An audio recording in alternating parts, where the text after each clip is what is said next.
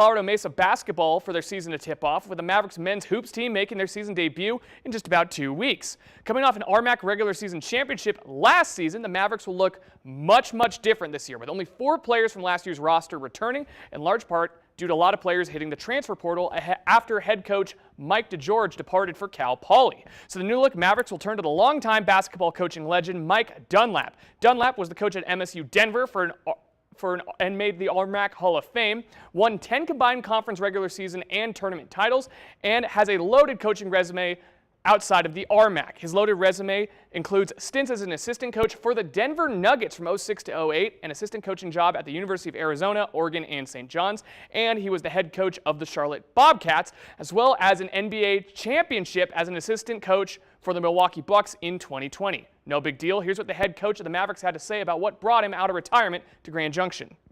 And I just think that I think that the school and the people here are like Iowa. I went to grad school at Iowa. I worked at the University of Iowa as a basketball coach. It had a very special Midwestern flavor. And this Vista has that.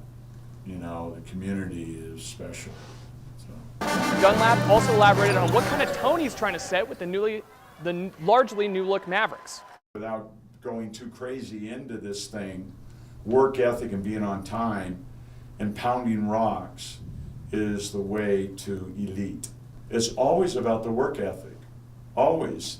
And so that doesn't come overnight.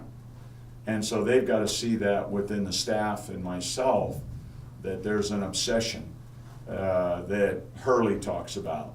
Well, that's all I've ever understood. This is my 44th year in coaching.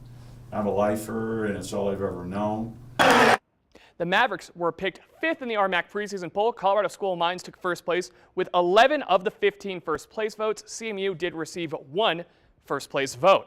Maverick basketball will start their season Friday, November 8th over in Lakewood and will open up Bronson Arena for the year November 22nd, hosting Bowie State.